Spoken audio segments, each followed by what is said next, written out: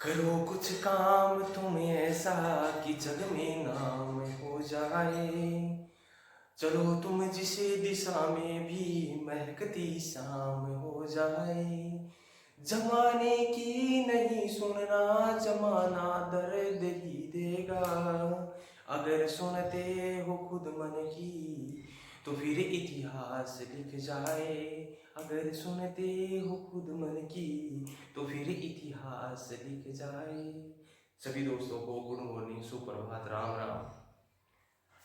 सभी कैसे हैं? ठीक है? सब एकदम कुशल मंगल। आप सभी का अपने चैनल मरुधर्री कलम पर आप सभी लोगों घणो घणो मान सम्मान और स्वागत है। बात करते हैं हम कक्षा 10th की व्याकरण की। 2023 RBSC जो बोर्ड के तहत सिलेबस से अपनी परीक्षा के अंतर्गत शामिल किया गया जो पाठ्यक्रम, उसमें व्याकरण के कौन कौन से टॉपिक हैं, उन टॉपिकों को हम अपने इस यूट्यूब चैनल के माध्यम से एकदम सरलता के रूप में पढ़ेंगे। सबसे पहला टॉपिक आता है इसमें पदभेद, जिसमें संज्ञा, सर्वनाम, क्रिया, विशेषण, जो भी मतलब विकारी और अविकारी शब्दों को पदभेद क्या होते हैं उनको, उन सभी को समझेंगे। तो बात करते हैं हम सबसे पहले पदभेद। पदभेद, अब एक आपने नाम सुना है, मतलब शब्द आपने सुना है, शब्द भी होता है और पद भी होता है। शब्द भी होता है और पद भी होता है। शब्द क्या है, पद क्या है, चलो उनके बारे में जानकारी करते हैं। कुछ आपको दिखाई नहीं दे रहा है, चलो यहाँ से देखते हैं। पदभेद, पदों में जो मतलब अलग अलग के भेदों में को उपभेद भेद बांटा गया है, उसमें इससे पहले हमें जानना होगा कि शब्द और पद में क्या अंतर है। शब्द और पद में क्या अंतर है? शब्द किससे मिलकर बना होता है? ये सभी क्या है? शब्द हैं। शब्द किससे मिलकर बना होता है? वर्ण से। इसलिए कह सकते हैं कि वर्णों का जो समूह है वो क्या कहलाता है? शब्द कहलाता है। वर्णों का समूह है, शब्द कहलाता है।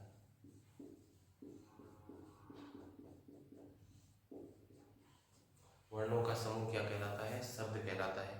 अब देखो पद की बात करते हैं।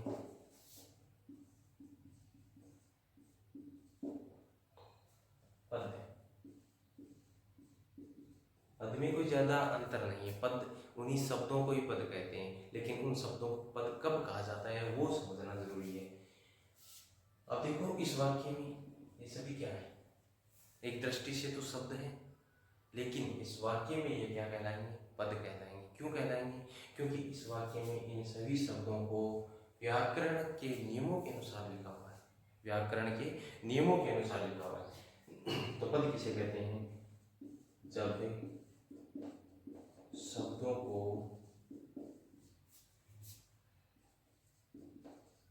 व्याकरणिक नियमों के अनुसार वाक्य में प्रयुक्त किया जाता है।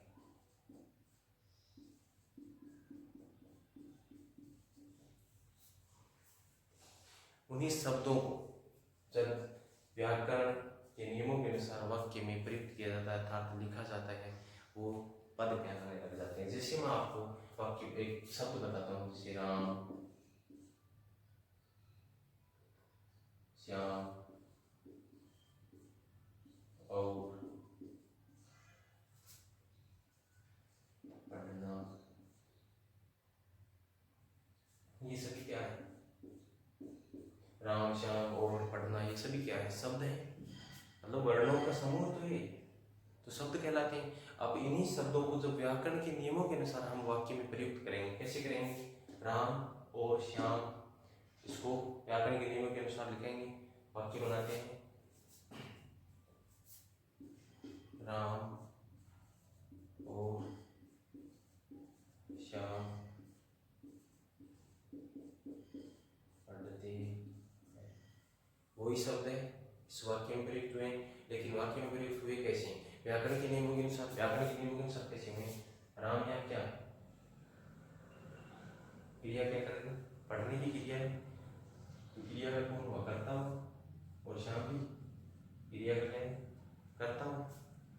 ये इन दोनों शब्दों को जोड़ रहा है, शब्द दोनों शब्दों को जोड़ रहा है, इसका मतलब समुच्चय बोधक अव्यय। ये समुच्चय बोधक अव्यय हो गए, ये क्रिया का करता हो गया, ये क्रिया का करता हो गया, और ये क्रिया शब्द किसमें परिवर्तित हो गया? वर्तमानकालिक क्रिया में। वर्तमानकालिक क्रिया में पढ़ते हैं, मतलब वर्तमान समय में पढ़ रहे हैं, इसलिए वर्तमानकालिक क्रिया होगी।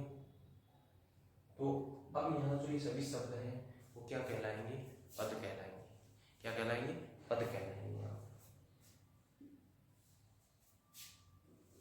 अब देखो आगे, ये जो पद भेद हैं, इन पद भेदों को 5 आधार पर अलग अलग भागों में बांटा गया है। 5 आधार पर, जैसे अर्थ के आधार पर, ध्वनि के आधार पर, उत्पत्ति के आधार पर, व्युत्पत्ति के आधार पर, और रूप परिवर्तन के आधार पर।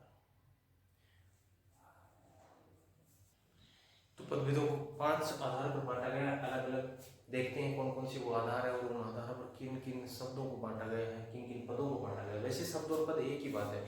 शब्दों को जब वाक्य में व्याकरण के नियमों के अनुसार लिखा जाता है, तब वो क्या कहलाने लग जाते हैं? पद कहलाने लग जाते हैं। तो सबसे पहला जो आधार है वो है अर्थ के आधार, मतलब शब्दों का अर्थ अलग अलग होता है। इस आधार पर शब्दों को 3 भागों में बांटा गया है।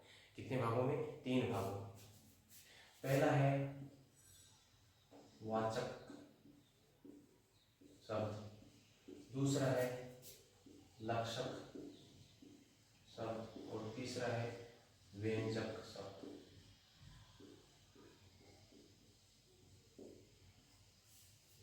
अर्थ के आधार पर 3 भागों में बांटा गया है, वाचक, लक्षक और व्यंजक।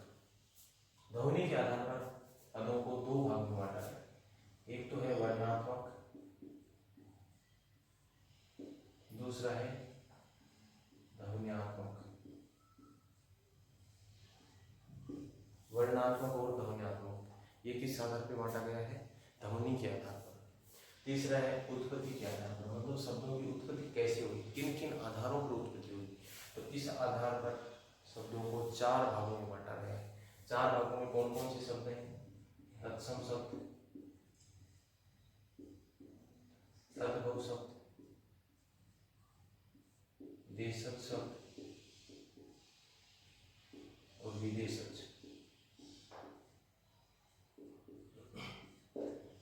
ये सभी जानते हैं।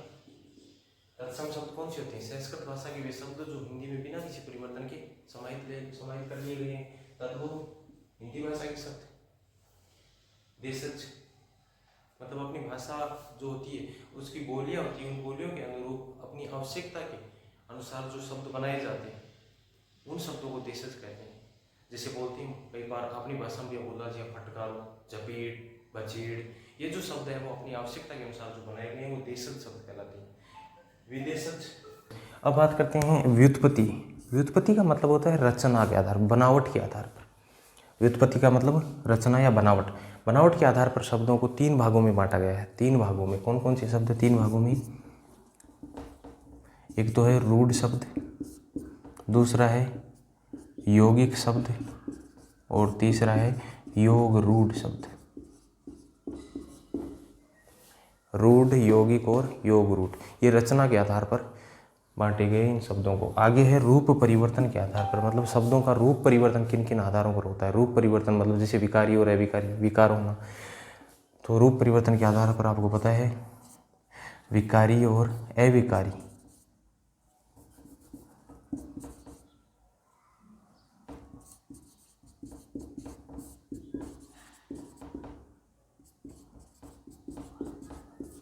विकारी और अविकारी 2 भागों में बांटा गया है। विकारी कौन से होते हैं? जिन शब्दों में लिंग, वचन, काल, कारक आदि के माध्यम से जो विकार उत्पन्न होता है, परिवर्तन आता है। अविकारी जो लिंग, वचन, काल, कारक आदि के माध्यम से कोई परिवर्तन नहीं होता है, वो शब्द क्या कहलाते हैं? अविकारी शब्द कहलाते हैं। जैसे लड़का शब्द है, ये क्या है? संज्ञा शब्द है और इसमें परिवर्तन कर सकते हैं। लिंग के आधार पर कर सकते हैं, वचन के आधार पर कर सकते हैं। और जैसे लड़का है, इसको स्त्रीलिंग बनाना है तो क्या बन जाएगा, लड़की। शब्द में रूप परिवर्तन हो गया शब्द के रूप का। अगर इसको बहुवचन बनाना है तो क्या लिखेंगे, लड़के, मतलब परिवर्तन हो रहा है, परिवर्तन हो रहा है, इसलिए मतलब संज्ञा जो शब्द होते हैं उनका परिवर्तन होता है। तो विकारी में कौन कौन से शब्द आते हैं, विकारी में आते हैं संज्ञा, सर्वनाम, क्रिया और विशेषण। अविकारी में कौन कौन से आते हैं, क्रिया विशेषण आता है, और समुच्चय बोधक अव्यय आता है, संबंध बोधक अव्यय आता है, और विस्मयादि बोधक अव्यय आता है। ये 4 शब्द अविकारी में आते हैं और 4 विकारी में आते हैं। चलो बात करते हैं अब अर्थ के आधार पर वाचक, लक्षक और व्यंजक। वाचक, लक्षक और व्यंजक। अर्थ के आधार पर, अर्थ के आधार पर शब्द 2 प्रकार के होते हैं।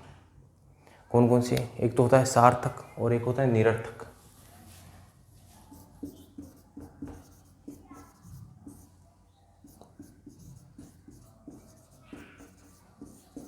सार्थक और निरर्थक। तो आज के लिए काफ़ी, आगे पढ़ेंगे नेक्स्ट वीडियो में। आप सभी का आभार, धन्यवाद।